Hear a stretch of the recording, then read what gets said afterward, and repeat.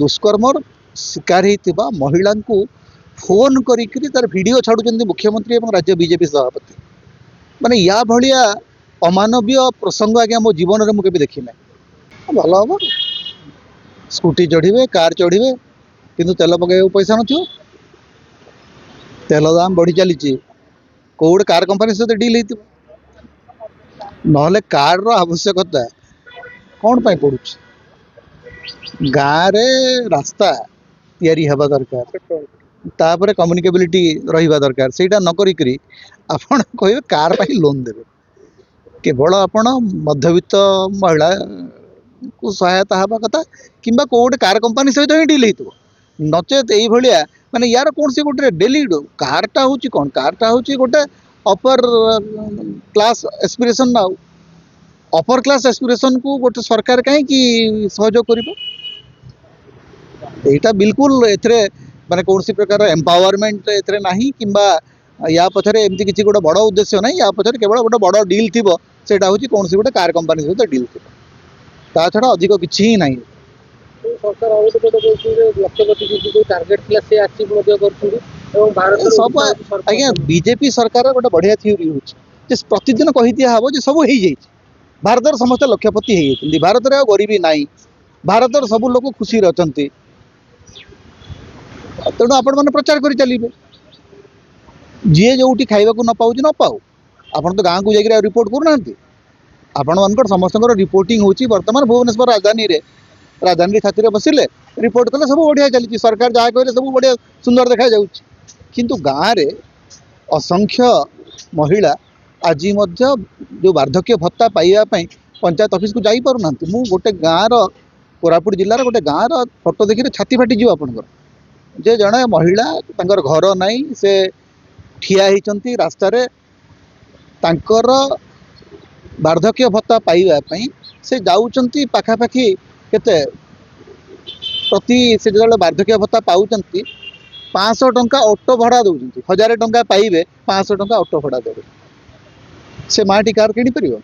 चढ़ी पार आज्ञा गोटे आपण रीतिमत सारा राज्य रे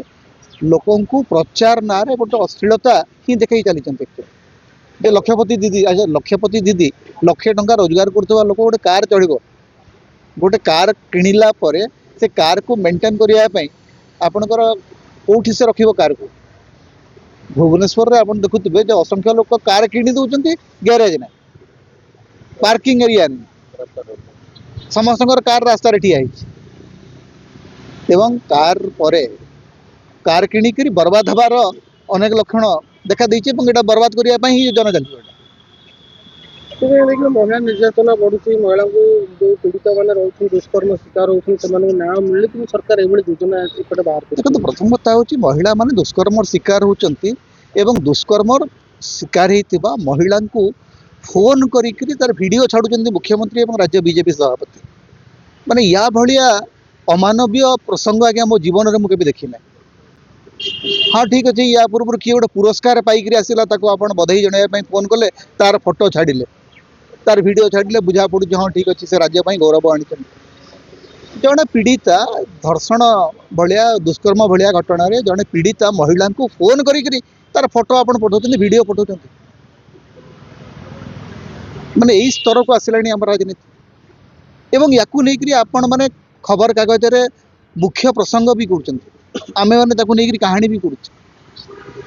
आज्ञा प्रचार कौ स्तर को गलानी आमर जे जड़े धर्षण भाया जघन्य अपराध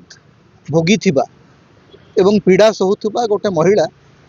तांकर जंत्रणा को आपण विज्ञापन भाव में व्यवहार करते मुख्यमंत्री पलिया आज्ञा अन्य को पदपदवी में लोक छोटिया राजनेता जब से करता भल माने बुझा पड़ता जहाँ ठीक अच्छे किंतु मुख्यमंत्री निज तरफ कथा होती आप भल अच्छा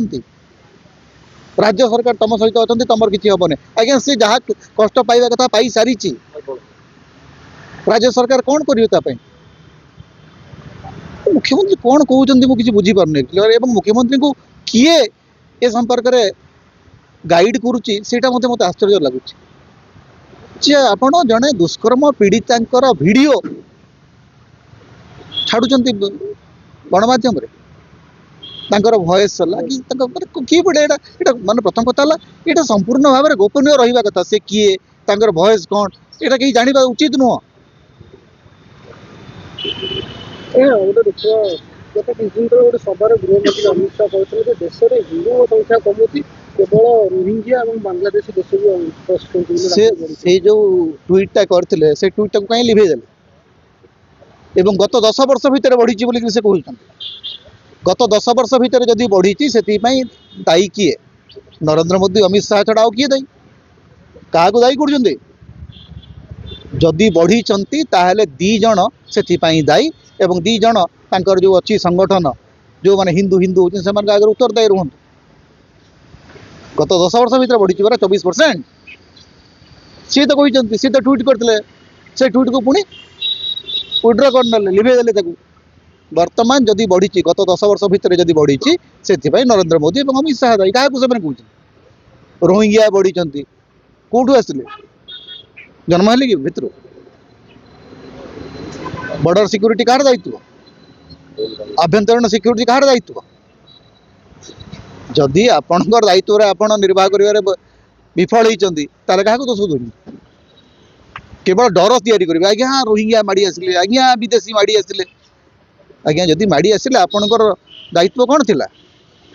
ଅଟକେଇଛନ୍ତି କି? କେବଳ ସେଇ ଗୋଟିଏ କଥା ଶିଖିଛନ୍ତି ଯେ ଯିଏ ଆପଣଙ୍କୁ ବିରୋଧ କଲା ସିଏ ରୋହିଙ୍ଗ୍ୟା, ଯିଏ ଆପଣଙ୍କୁ ଭୋଟ ନଦେଲା ସିଏ ହିନ୍ଦୁ ବିରୋଧୀ। ଏଇ ସମାନ କଥା ଚାଲିଛି ତ, ଆଉ ନୂଆ କଥା କ'ଣ ହେଇଛି?